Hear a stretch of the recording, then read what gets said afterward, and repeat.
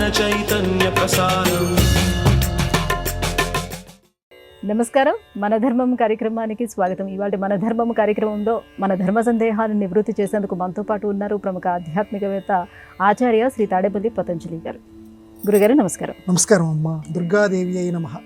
గురుగారు, ఈరోజు ఏకాదశి. ఈ ఏకాదశిని సర్వ ఏకాదశి అని అంటారు. ఈ తిథి యొక్క ప్రత్యేకత ఏమిటి తెలియజేస్తారా? సర్వ ఏకాదశి. ఏకాదశి చాలామంది సంప్రదాయవాదులకు తెలిసినటువంటి పదమే. కాకపోతే ఈరోజు సర్వ ఏకాదశి, సర్వులకు ఏకాదశి. అది ఇక్కడ విశేషం. అంటే ఏకాదశి అనేటువంటిది కొంతమందికి వైష్ణవులకు సంబంధించిన ఏకాదశి, శైవులకు సంబంధించిన ఏకాదశి, ఇట్లా కొన్ని విభాగాలు ఉన్నాయి. అట్లా కాకుండా సర్వులకి, లోకంలో ఉన్నటువంటి అన్ని వర్గాల వారికి, అన్ని వర్ణాల వారికి ఉన్నటువంటి ఏకాదశి సర్వ ఏకాదశి. ఏంటండి, దీనికి ఇంకో పేరు కూడా ఉంది, ఆమలకీ ఏకాదశి. ఆమలకము అని అంటే ఉసిరికాయ. కరతలామలకము అని ఒక మాట ఉంది. కరతల ఆమలకము అంటే అరచేతిలో ఉసిరికాయ. అరచేతిలో ఉసిరికాయ ఎంత తేలిగ్గా ఉంటుందో, అంటే ఎలాగ ఇక ఎక్కడికి పోలేదో ఆ రకంగానే అతనికి అన్ని చదువులు వచ్చాయి, అన్ని శాస్త్రాలు వచ్చాయి అనటానికి, ఆయనకి అన్నీ తెలుసునటానికి కరతలామలకము అంటారు. ఇదిగో ఈ సర్వ ఏకాదశి కూడా ఆమలికి ఏకాదశి. మిగతా ఏకాదశులను పాటించినా పాటించకపోయినా ఒకవేళ పొరపాటున ఈ సర్వ ఏకాదశి నాడు తప్పనిసరిగా ఏకాదశి ఉపవాస వ్రత నియమాదులు గనక పాటిస్తే కరతల ఆమలకంలాగా అన్ని ఏకాదశులు పాటించినటువంటి ఫలితం ఈరోజు వస్తుంది అని చెప్పారు. ఈరోజు విష్ణుమూర్తి ఉసిరి చెట్టుని ఆవేశించి ఉంటారట. అందువల్ల ఉసిరి మొక్కని తప్పనిసరిగా ఇళ్లల్లోకి తీసుకువచ్చి దానికి ప్రతిష్టాపన, సాధారణ సంప్రదాయవాద ఇళ్లల్లో ఉంటుంది, లేనటువంటి వాళ్ళు తప్పనిసరిగా ఉసిరి మొక్కని ఈరోజు పూజ చేయమన్నారు. విష్ణుమూర్తి ఉసిరిలో ఈరోజు ఆవేశించి ఉంటారు కనుక అందుకే ఇది ఆమలికి ఏకాదశి. ఏకాదశి దశేంద్రియాలతో పాటుగా కర్మజ్ఞానేంద్రియాలు 10, వాటితో పాటు మనస్సు, ఆ 11ంటిని నిగ్రహంతో ఉంచుకోమని ఏకాదశి యొక్క ఆంతర్యం. పూజ ఏమో బాహ్యం, ఆంతర్యంగా ఉన్నటువంటి ఉద్దేశం ఏంటంటే మన కంట్రోల్లో, మన నియంత్రణలో 11 ఇంద్రియాలని ఉంచుకోవటము. అది ఉపవాసము మొదలైనటువంటి దీక్షల ద్వారా, అందులోనూ విశ్వమంతా వ్యాపించి ఉన్నటువంటి విష్ణుదేవుడి యొక్క అనుగ్రహాన్ని పొందటము. అది ఈరోజు సర్వ ఏకాదశి నాడు అందరూ పొందెదరు గాక. గురుగారు, తూర్పుగోదావరి జిల్లాలో కోరుకొండ క్షేత్రంలో ఈరోజు పాల్గొన్న శుద్ధ ఏకాదశి నాడు జరిగేటువంటి తీర్థం విశేషాలు ఏంటో తెలియజేస్తారా? కోరుకొండ ఇది చాలా సుప్రసిద్ధమైనటువంటి క్షేత్రం. కోరుకున్నటువంటి వారికి అండగా ఉండేటువంటిది కోరుకొండ. ఇక్కడ లక్ష్మీ నృసింహస్వామి వారి యొక్క తీర్థము అని అంటే ప్రజలందరూ ఒక చోట చేరి జరుపుకునేటువంటి ఒక ఉత్సవం. ఇది కోరుకొండలో ఈరోజు స్వామివారికి అత్యంత వైభోగంగా ఈరోజు చేస్తారు. మిగతా తీర్థాలకి ఈ తీర్థానికి ఒక ప్రత్యేకత ఉంది, ఒక తేడా స్పష్టంగా మనకు కనిపిస్తుంది. ఏంటండి ఏదంటే పిండీకృత తీర్థము అంటారు దీన్ని. పిండీకృత తీర్థము అని అంటే ఏ తీర్థంలోనూ పిండిని, బియ్యపు పిండిని స్వామివారికి నైవేద్యం కింద పెట్టరు. ఈ కోరుకొండ తీర్థంలో మాత్రం, అంటే ఏ ప్రాంతంలో లక్ష్మీ నరసింహస్వామికి పిండి పెట్టడం అనేది ఉండదు, ఈ కోరుకొండ తీర్థంలో మాత్రం పిండిని స్వామివారికి నైవేద్యం కింద పెడతారు ఈరోజు. ఎందుకంటే పిండి అనేటువంటిది సామాన్య జనులకి కూడా చాలా చౌకగా, సులభంగా లభ్యమయ్యేటువంటిది. పత్రం పుష్పం ఫలం తోయమని భగవద్గీతాకారుడు చెప్పినట్లుగా, అంటే ప్రతి వాళ్ళు కూడా, ఏమీ లేనటువంటి వాళ్ళు కూడా, కొండంత దేవుడికి నేను అంత ఇవ్వలేను, కనీసం పిండి అయినా నేను ఇస్తాను అని చెప్పి, అంటే పిండి ఇవ్వటం అంటే ఇక్కడ మళ్ళీ క్రియాపదం కింద తీసుకోవద్దు, పిండి, ఆ బియ్యపు పిండినైనా నేను ఇస్తాను అని చెప్పి స్వామివారికి ఏదో ఒకటి అర్పణ చెయ్యాలి. ఎందుకంటే బియ్యపు పిండినైనా అర్పిస్తే అతనికి రాబోయే జన్మ ఉత్తమ జన్మ కింద ఉంటుంది అని చెప్పి, అందుకే కోరుకొండ వాసులందరూ కూడా ఈరోజు పిండీకృత ఏకాదశి, ఈ సర్వ ఏకాదశి పిండీకృత తీర్థము అని అంటారు. ఈ తీర్థంలో అందరూ కూడా ఆనంద ఉత్సాహాలతోటి పాల్గొంటారు. సరే, కొన్ని ప్రాంతాల్లో ప్రభలు కట్టడం ఉంది. ఇప్పుడు కూడా కోరుకొండలో కూడా ప్రభ అనేటువంటిది ఒక చోట ఉంటుంది. ప్రభ అంటే మామూలు తెలుగు అర్థం ఏం చెప్పాలంటే కాంతి అని అర్థం. అంటే స్వామివారి యొక్క నామాకారంలో అలాగా ట్యూబ్లైట్లు ఇలాంటివి పెట్టేసి ఒక ఆకారం పెట్టేసి స్వామివారి యొక్క విగ్రహం పెట్టి స్వామివారి యొక్క నామాన్ని జపిస్తూ అందరూ చాలా ఉత్సాహంగా రావటం. ఈ ప్రజలు అంటే మొత్తం మీద ఏంటంటే ప్రజలు భక్త ప్రజానీకం ఏదైతే ఉన్నదో ఆ ప్రజలందరి మధ్య మనందరం ఒకటి, మనందరము దేవునికి సంబంధించినటువంటి వాళ్ళము, మనందరము ఉత్సాహంగా దేవుడికి పండగ చేసుకుందాము, మనం కూడా ప్రతిరోజు కూడా పండగలా గడపటానికి దేవుడి ఆశీర్వచనం తీసుకుందాము అనేటువంటి పరమ ఉద్దేశ్యంతో ఈ కోరుకొండ తీర్థాన్ని ఈరోజు అందరూ జరుపుతారు. అది చాలా అద్భుతంగా అందులో పాల్గొన్నటువంటి వాళ్ళకి అనుభూతినిస్తుంది. ఆ అనుభూతిని ప్రచార సాధనాల ద్వారా అయినా చూసి అందరూ పొందెదరు గాక. గురుగారు, బగలాముఖి దేవికి సంబంధించినటువంటి విశేషాలు మరియు ఆధ్యాత్మిక అర్థాల గురించి తెలియజేస్తారా? దశమహావిద్యలు అని చెప్పి శ్రీ విద్యా సంప్రదాయంలో ప్రత్యేకంగా ఉన్నాయి. దశమహావిద్యల్లో బగలాముఖి దేవత ఉంది. ఆవిడ ఒక దేవత, అంటే అమ్మవారి స్వరూపమే. కాకపోతే ఈ దేవత స్వభావం చాలా విచిత్రంగా ఉంటుంది. శత్రువు ఎవరైతే ఉన్నారో వాడి నాలికని ఇలా బయటికి లాగుతుంటుంది. అది రూపం చూడటానికి ఆవిడ రూపం చాలా భయంకరంగా ఉంటుందన్నమాట అండి. పక్కన ఉన్నటువంటి ఆ రాక్షసుడి యొక్క నాలికని ఇలా బయటికి లాగుతూ ఉంటుంది, ఒకడిని తొక్కి పెట్టేస్తుంటుంది. ఇలా రూపం కనపడుతుంది. అంటే బగలా అనే పదానికే అర్థం ఏంటంటే నిర్బంధించుట, నిర్బంధించేటువంటి దేవి. ఏమండి, ఏ తల్లైనా సరే ప్రేమగా దగ్గరికి తీసుకొని లాలించాలి కదా. మరి ఈవిడ దశమహావిద్యలు గొప్ప మహావిద్యల్లో బగలాముఖి అంటున్నారు. ఇప్పుడు నిర్బంధించడం ఏంటంటే, నిర్బంధం అనేది ఆవిడ పేరులో ఉంది. ఏంటంటే నాలిక పట్టుకొని లాగటం ఏమిటి అనంటే ప్రతి వాళ్ళకి హాని కలిగించేటువంటి చాలా దురుద్దేశకరమైనటువంటి నియంత్రణలో లేనటువంటి ఇంద్రియము నాలుక. అతని నాలుక పట్టుకొని లాగుతుంది అని అంటే మనం అమ్మకి అంత పూర్తిగా అమ్మా నువ్వు తప్పించి నాకు దిక్కు లేదు అని చెప్పి మనం గనక ఆవిడని శరణు పొందితే మన నాలికని ఆవిడ తన నియంత్రణలో ఉంచుకుంటుంది. ఒక 2 నిమిషాలు మాట్లాడటం మొదలుపెట్టిన తర్వాత ఎవరివైనా ఒక 5 నిమిషాలో 10 నిమిషాలో తెలియకుండానే సంబంధం లేనటువంటి ఒక వాక్యం బయటికి దూసుకొస్తుంది. ఆ వాక్యాన్ని నలుగురు నవ్విపోతారేమో అని చెప్పి దాన్ని సమర్థించుకోవటానికి ఇంకొక అబద్ధం ఆడాల్సి వస్తుంది. అంటే అసత్య దోషం ఈ జీవుడికి సంప్రాప్తిస్తుంది. కాబట్టి మాట్లాడక తప్పదు, మాట్లాడుతూ ఉంటాం. ఆ మాట్లాడుతున్నప్పుడు 5-10 నిమిషాలు అయిపోయిన తర్వాత సంబంధం లేనటువంటి వాక్యం బయటకు వస్తుంది. నలుగురు నవ్విపోతారేమో అని చెప్పి తన అజ్ఞానాన్ని కప్పిపుచ్చుకోవటానికి లేనిపోని అసత్యం ఇంకెక్కడో ఉందని చెప్పి చెప్తాడు. ఇట్లాంటిది రాకుండా ఉండాలి, నాలుక మీద నియంత్రణ ఉండాలి, చెప్పేటువంటి మాట సత్యంగా ఉండాలి, చెప్పేటువంటి మాట ఎదుటివారికి వేసవి కాలంలో వర్షపు జల్లుల చల్లదనాన్ని కలిగించాలి అంటే తప్పనిసరిగా ప్రతి వాళ్ళు కూడా దశమహావిద్యల్లో ఒకరైనటువంటి బగలాముఖి దేవతని, ఎందుకంటే నాలిక మీద నియంత్రణ కలిగినటువంటిది, మన ఇంద్రియాలని అణిచిపెట్టేటువంటి స్వభావం కలిగినటువంటిది, చెడుని అణిచిపెట్టే స్వభావం కలిగినటువంటి బగలాముఖి దేవత మంత్రాలు ఉన్నాయి. అది గురుముఖత నేర్చుకొని బగలాముఖి దేవతను అందరూ ఆశ్రయించి ఉత్తమ ఫలితాలని పొందెదరు గాక. గురుగారు, మంత్రపుష్పంలో హృదయం అనేది ఒక తామర పువ్వుల తలకిందులుగా ఉంటుంది అని అంటారు. దీనిని నేటి ఆధునిక కాలానికి ఎలా సమన్వయించుకోవాలి? పద్మకోశ ప్రతీగాశకం చాప్యథోముఖం అని మంత్రాల్లో ఒక మంత్రం వస్తుంది. అక్కడ ఏం చెప్తున్నాడంటే అధోముఖం, కింద ముఖంగా పద్మం ఉంటుంది అని మామూలు తాత్పర్యార్థం.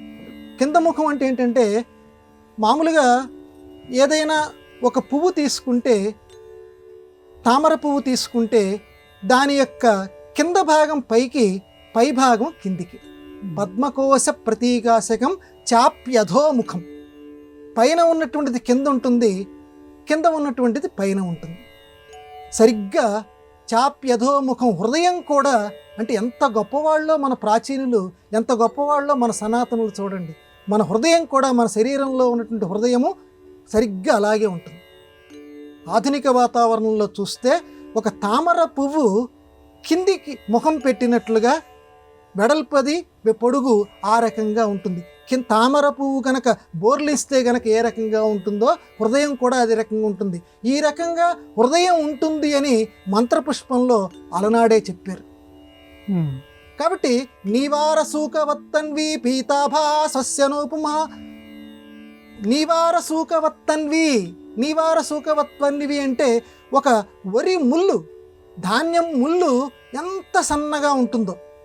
వరి ధాన్యం ఎవరైనా చూస్తే చూసినట్టు ఆధునిక వాతావరణంలో వరి ఎక్కడ ఉందంటే ఫలానా కొట్లల్లో పండును అని చెప్పేటువంటి అజ్ఞానపు లోకం కూడా ఇప్పుడు వస్తుంది. వరి చాలల్లో పండుననేటువంటి విషయం కూడా ఆధునిక వాతావరణంలో చాలామందికి తెలియటం లేదు. కాబట్టి వరి ధాన్యం కనుక చూస్తే, బియ్యాన్ని కాదు, బియ్యము లోపల ఉండేటువంటి వరి ధాన్యం చూస్తే దాని ములుకు ఎంత సన్నగా ఉంటుందో హృదయం లోపల కూడా అంత జ్వాల మండుతూ ఉంటుంది. అదే భగవంతుడు. నీవార సూకవత్తన్వి పీతాభా సస్యను అని చెప్పి మంత్రపుష్పంలో ఆ నారాయణ సూక్తంలో చెప్పారు. సరిగ్గా అధునాతన వాతావరణంలో హృదయంలో కూడా నీవార సూకవత్తన్వి, లోపల ఒక విద్యుత్ జ్వాలలకి మూల కేంద్రం ఉంది. అదే భగ భగ భగ కాంతులు వెదజల్లుతూ ఉంటుంది. అక్కడి నుంచే ఈ విద్యుత్ సంబంధించినటువంటి ఆ ప్రకంపనలు వస్తుంటాయి. అదే గుండె కొట్టుకోవటానికి, రక్తాన్ని సరఫరా చేయటానికి మూలకారకం అని చెప్పి అధునాతన శాస్త్రజ్ఞులు కూడా నిరూపించారు. నీవార సూకవత్తన్వి పీతాభా స్వస్యనోపమ. కాబట్టి అధోచాప్యధో అంటే లోకంలో చెట్టు, ఈ సంసార వృక్షం పైకి కొమ్మలు కిందకి వేరు ఉంటుందని చెప్పి భగవద్గీతలో చెప్పాడు, మంత్రపుష్పంలో చెప్పాడు. ఇక్కడ కూడా ఈ హృదయం నుంచి గనక చూస్తే కిందకన్నీ కూడా శాఖల కింద ధరణులు, సిరలు అని ఆధునిక పరిభాషలో ఏం చెప్పుకుంటున్నామో ఇవన్నీ కిందకి వేళ్లాడుంటాయి. మూలంది మాత్రం పైకి ఉంటుంది, ఈ అశ్వత్థ వృక్షం. కాబట్టి సనాతనము అంటే అది మనకి సంబంధించింది కాదు అని ఎవ్వరూ అనుకోకూడదు. అది మనందరికీ సంబంధించిందే. ఈనాటి శాస్త్రజ్ఞులు అని మనం ఎవరైతే అనుకుంటున్నామో వాళ్ళు ఉన్నదానిని ఇది అని చెప్తున్నారు, కానీ లేని దాన్ని కొత్తగా ఏమీ చెప్పటం లేదు.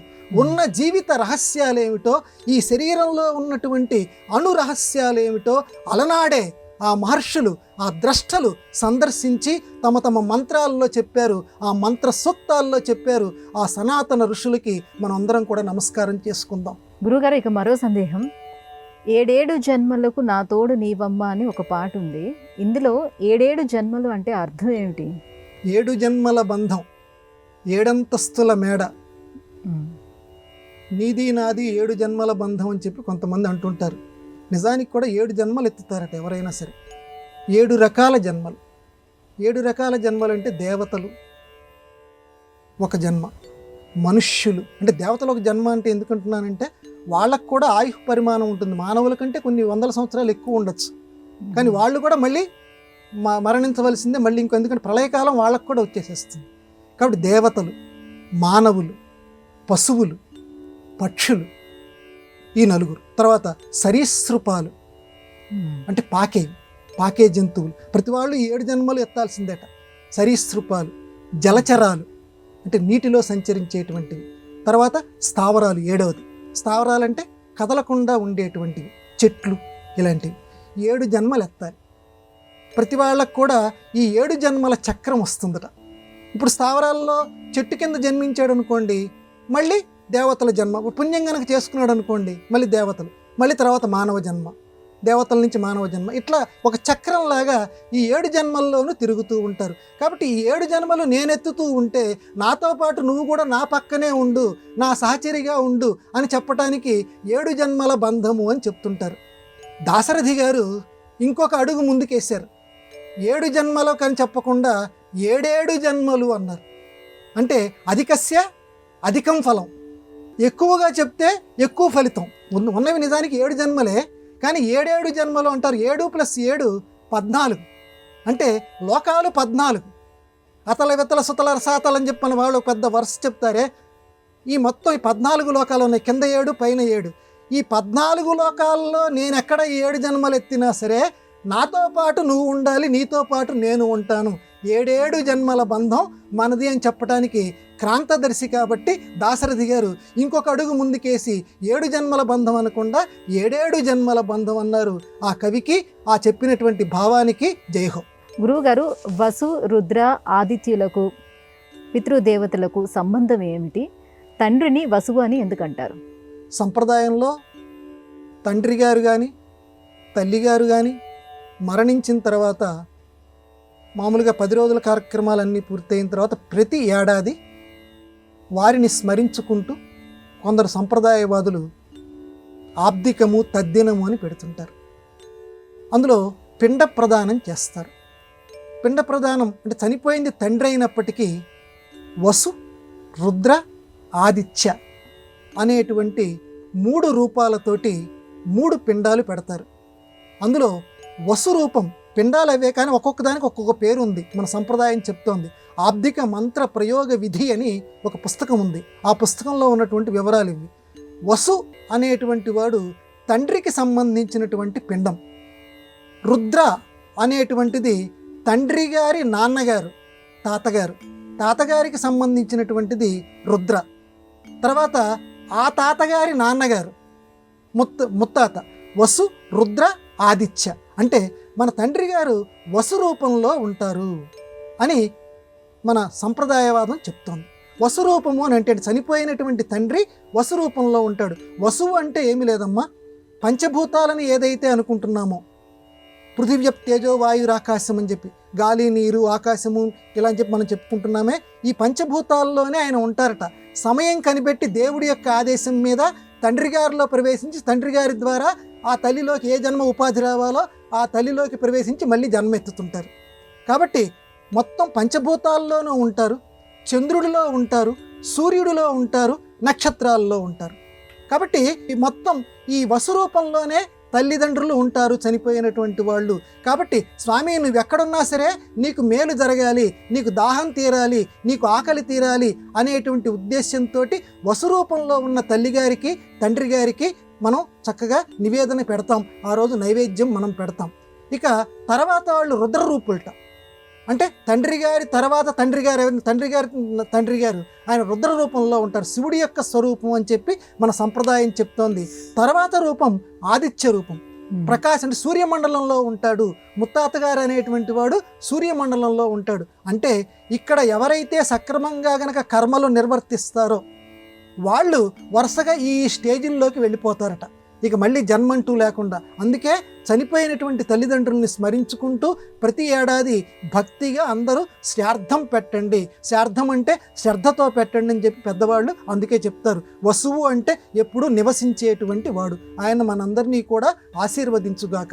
గురుగారు, సంధ్యావందనం తర్వాత అలాగే పెద్దలు, గురువులు, యతుల సమక్షంలో ప్రవర చెప్పుకునేటప్పుడు చేతులతో చెవులను మూసుకొని లేదా తాకుతూ ప్రవర చెప్తారు. ఎందుకని? ఇందులో విశేషం ఏంటి? సాధారణంగా నీ పేరేమిటి అని సంప్రదాయం తెలిసినటువంటి వాళ్ళని ఎవరినైనా మనం ప్రశ్నిస్తే నా పేరు పతంజలి అని చెప్పకూడదు. ఇలాగా చేతులు ఇలా పెట్టి ఈ చేతులు ఇలా ఈ చెవులకి ఇలా తాకించి లేకపోతే చెవులు ఇలా మూసుకుంటూ అత్రి సేవని చెప్తూ ప్రవర్ చెప్పుకుంటూ పతంజలి శర్మ అహంభో అభివాదయే, వీళ్ళందరి గోత్రంలో పుట్టినటువంటి వారు నా ఋషులు వీళ్ళు, అటువంటి పవిత్రమైనటువంటి ఋషుల గోత్రంలో పుట్టినటువంటి వాడిని యజుర్వేద శాఖలో అధ్యయనం చేసేటువంటి పతంజలి అనేటువంటి నేను నమస్కారం చేస్తున్నానని ఇలా చేతుల్ని ఇలా చెవులు కానించి చెప్పాలి. ఇది సంప్రదాయం. ఏమండి, ఎందుకు ఇలా పెట్టారు? ఈ చెవి తమ్మెల్ని ఎందుకు తాకాలి? ఎందుకు ఈ సంప్రదాయం వచ్చింది? ప్రవర్ చెప్పేటప్పుడు అలా ఎందుకు ఉండాలి అని అంటే, చాలా పరిశుద్ధమైనటువంటి ఇంద్రియం ఏదయ్యా ఇంద్రియాల్లో అంటే చెవులు అన్నారు. సంప్రదాయం చెప్తుంది చెవులు అన్ని ఇంద్రియాల్లోకి చాలా పవిత్రమైనటువంటివిట, పరిశుద్ధంగా ఉండేటువంటివి. అంటే 2 చెవులు, వినాయకుడి యొక్క చెవులు కనుక పెద్ద చెవులు ఎందుకు ఉంటాయి అంటే, లోకంలో ఏది వినాలో అది వింటూ జల్లెళ్ళలాగా మిగతా మంచిదాన్నే లోపలికి పోనిస్తూ చెడుని బయటికి విసర్జిస్తూ ఉంటుందట.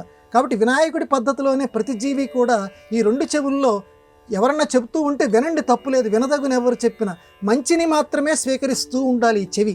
అందుకే ఇవి చాలా పరిశుద్ధాలు అంటారు. కాబట్టి నీ ప్రవరేమిటి, నీ పేరేమిటి అని అంటే ఇలా చెవులు కానించి చెప్పటం వల్ల పితృదేవతలు కూడా ఈ పరిశుద్ధమైన ఇంద్రియాల ద్వారా ఓహో పతంజలి మన గోత్రం గురించి చెప్తున్నాడా అని చెప్పి నా పితృదేవతలందరూ కూడా చాలా సంతోషించి నన్ను నా కుటుంబాన్ని రక్షిస్తారు. ఇలా ఎవరినైనా సరే ప్రవర చెప్పేటువంటి వాళ్ళని. కాబట్టి పితృదేవతల నుంచి ఆశీర్వచనం పొందాలి అని అంటే, ఋషుల నుంచి ఆశీర్వచనం పొందాలి అని అంటే ప్రతి వాళ్ళు ఈ రకంగా చెవికి ఆనించుకొని చెప్పాలి. అలాగే ఆధునిక పరిభాషలో చెప్పుకుందాం. ఆధునిక పరిభాషలో ఈ చెవిని ఎందుకు తాకాలి అని అంటే, ఈ చెవి తమ్మెలు చాలా సున్నితమైనటువంటివి. ఈ ప్రకంపనలు మెదడు దాకా వ్యాపిస్తూ ఉంటాయి. మెదడులో నిక్షిప్తమై ఉన్నటువంటి పితృదేవతల యొక్క జ్ఞాపకాలని తట్టి లేపుతాయి. ఎవరికి వాళ్ళు చెవిని పట్టుకొని చూస్తే తెలుస్తుంది. ఈ చెవిని గనక పట్టుకుంటే చాలా సున్నితంగా ఉంటుంది తమ్మె. ఇది పితృదేవతలకు సంబంధించిన జ్ఞానాన్ని ప్రకోపింపచేస్తుంది, ప్రచోదనం చేస్తుంది. తద్వారా పితృదేవతలు, ఎందుకంటే దేవతల కంటే కూడా శక్తిమంతులు పితృదేవతలు, ఆ పితృదేవతల ఆశీర్వచనం పొందాలంటే పెద్దవాళ్ళ దగ్గర తప్పనిసరిగా ఈ రకంగా చెవిని ఇలా ఆనించుకుంటూ చెప్పండి, మీకు ఆయుర్వృద్ధి కూడా కలుగుతుంది, జీవితంలో క్షేమం కలుగుతుందని పెద్దవాళ్ళు ఈ ఏర్పాటు చేశారు. గురువుగారు, జ్ఞాన స్వరూపం అంతా ఒకటేనా, లేదా ఇందులో వర్గీకరణ ఏమైనా ఉందా? నిజానికి జ్ఞానం అఖండం, ఒక్కటే, పరమాత్మకి సంబంధించిందే జ్ఞానం. అయితే పెద్దవాళ్ళు దీన్ని రెండు రకాలుగా మన సంప్రదాయం చెప్పింది. ఆధార జ్ఞానం, నిరాధార జ్ఞానం. ఆధార జ్ఞానము అని అంటే కొంచెం చదువు వచ్చినటువంటి వాళ్ళు వేదాలు చదువుతారు, ఉపనిషత్తులు చదువుతారు, స్మృతులు చదువుతారు, లేకపోతే తమకి స్థాయిలో ఎంతవరకు అర్థం చేసుకోవాలో అంతవరకు గ్రంథాలు చదువుతారు లేదా వింటారు, ఆ జ్ఞానాన్ని పొందుతారు. దీనికి ఒక ఆధారం ఉంది. ఒక పుస్తకమో, ఒక పెద్దవాడు చెప్పిన ఉపన్యాసం వినటమో, వీటికి ఒక ఆధారం ఉంది తను జ్ఞానాన్ని పొందటానికి. ఇది ఆధార జ్ఞానము అని అంటారు. ఆధార జ్ఞానం కాకుండా రెండవ జ్ఞానం ఉంది, దానిని నిరాధార జ్ఞానము అంటారు. అంటే ఆధారం లేకుండానే జ్ఞానాన్ని సంపాదించుకోవటం. ఇది ఉత్తరోత్తర బలీయంలాగా ఈ రెండవ జ్ఞానం చాలా గొప్పది. నిరాధారం అని అంటే వీటికి ఆధారం ఏమీ అక్కర్లే ఈ జ్ఞానం పొందటానికి. ఎట్లా సంపాదించాలండి? నీలో నిన్ను చూసుకుంటూ జ్ఞానాన్ని సంపాదించు. నాలో నన్ను చూసుకుంటూ జ్ఞానాన్ని సంపాదించటమా అంటే ఇంద్రియాల ద్వారా జ్ఞానాన్ని సంపాదించటం. అంతరింద్రియాల ద్వారా, బయటికి కనిపించే ఇంద్రియాలు కాదు. అంతర్ముఖ సమారాధ్య బహిర్ముఖ సుదుర్లభ అంటే అంతర్ముఖత్వం చెంది పరవశించిపోతుండాలి. కళ్ళు మూసుకోవాలి. ఆ చిన్ని కృష్ణుడు వెన్న ముద్ద అలా పట్టుకొని ఉన్నాడు. అమ్మ చిరునవ్వుతోటి ఇలా చూస్తోంది, రానాన్న అంటోంది. ఆ కళ్ళు మూసుకుంటే ఆ రూపమే నీకు కనిపించాలి. అమ్మ పారాణి పెట్టుకున్నటువంటి పాదాలు కనిపించాలి. చిన్ని కృష్ణుడు ఇలా వెన్న ముద్ద పట్టుకున్నటువంటి రూపమే నీకు కనిపించాలి. అలా చూస్తూ పరవశించిపోతూ ఉంటే ఈ సమస్తముగా నువ్వు ఆధారంగా ఏదైతే జ్ఞానం ఉందో ఇదంతా కూడా నిరాధారంగా నీ లోపలికి చేరిపోతుంది. మొత్తం సమస్తముగా లౌకిక జ్ఞానం ఏదైతే ఉన్నదో ఈ అలౌకిక జ్ఞానంతో పాటుగా లౌకిక జ్ఞానం మొత్తం కూడా నీలో చేరిపోతుంది. ఎప్పుడు? ఆధారం లేనటువంటి ఇంద్రియాలని ఆ భగవంతుడికి నువ్వు సమర్పిస్తే, లోపల గనక నువ్వు పరవశిస్తే తప్పనిసరిగా నిరాధార జ్ఞానం లభిస్తుంది.